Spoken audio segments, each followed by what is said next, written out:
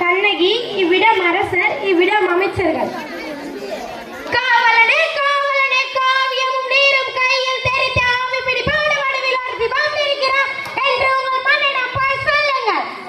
உடனே சொல்லுங்கள். சொல்ல மாட்டீர்களா? விலகுங்கள். அரண்மனை காவலர்களை மீறி ஆவேச கோலத்துடன் உள்ளே வரும் நீ யார் பெண்ணே?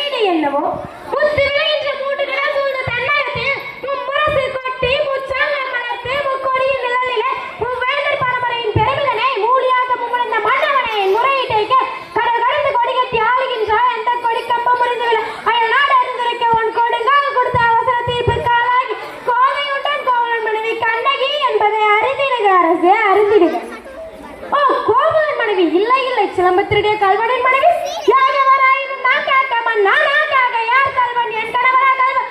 இல்லை இல்லை, அவர் கல்வன் என்று குற்றம் சாட்டிய கைவர்களே கல்வர்கள். கல்வனை தமிழகத்தின் நீதி கொள்ளாமல் விடாது என்பது உனக்கு தெரியும் அல்லவா? நீதியும் இலக்கணமும் மறைக்கும் நெடுஞ்செழிய பாண்டியனே, எதற்கு பெயர் நீதி? வல்லான் வகுத்ததா நீதி?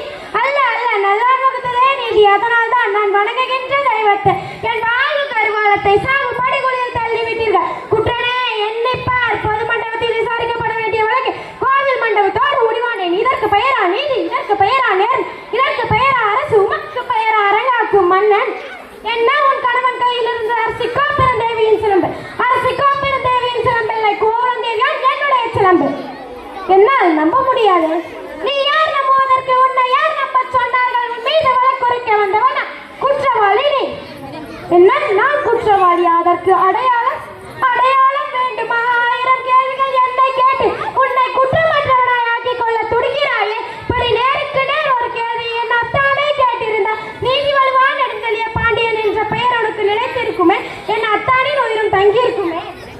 அம்மா, தேவி அணிந்திருக்கும் ஒரு சிலம் உன்னுடையது என்பதை நிரூபித்து காட்டுவாயா? நிரூபித்து என்ன